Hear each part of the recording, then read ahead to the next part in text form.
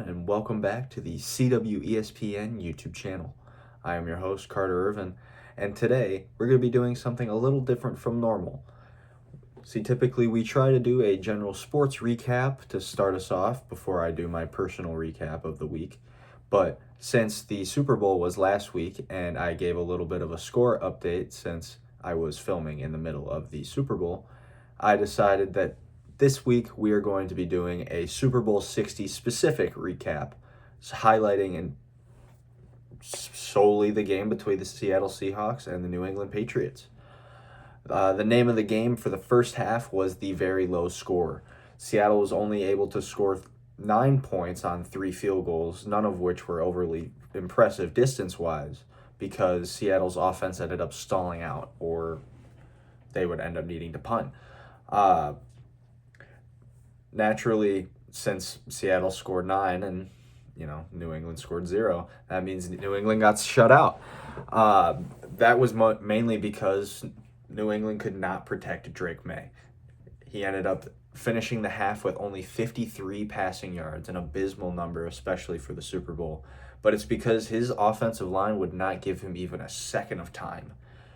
Going into halftime, it was pretty clear that the MVP battle was between Seattle Seahawks kicker Jason Myers, who had made 3 field goals already, and Kenneth Walker, Seattle Seahawks running back, who had 93 rushing yards, which was the second most in the Super Bowl era, which was a very incredible stat for Kenneth Walker, especially considering he was a Michigan State alum.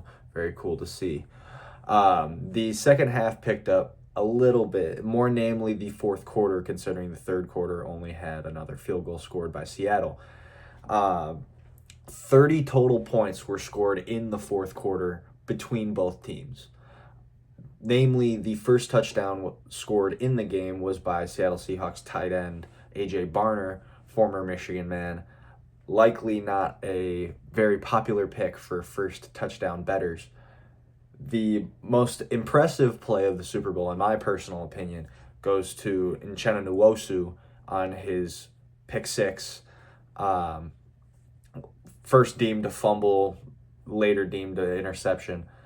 It was an awesome play, one that you really like. There's always one in those huge games, and you were just waiting to see it. And it was really getting late into the game, and Nwosu came through, being able to haul in that ball, because it would have been ruled a pass otherwise.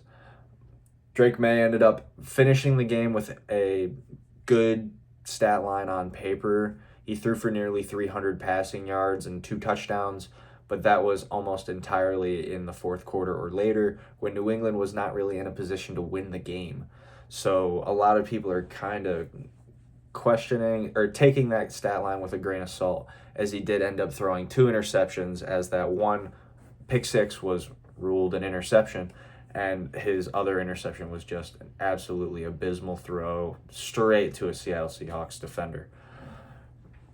Name of the game post-game was Kenneth Walker eventually winning the Super Bowl MVP with 30 rushes for 144 yards. A great game on the ground.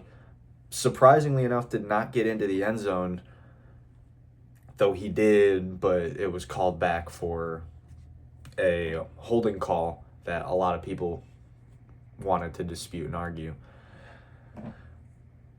As I said before, New England was not able to protect Drake May whatsoever. Seattle had a near record-breaking 6 sacks, for the longest time listed as 7 before they changed that Nwosu play to an interception.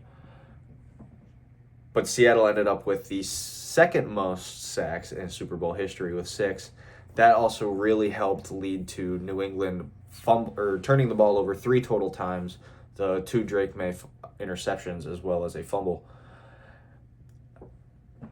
That pretty much wraps up the Super Bowl, as it was pretty much Seattle the entire way. New England was not the New England team of the regular season, and a lot of people have been liking to call out that it's because they finally played a real defense.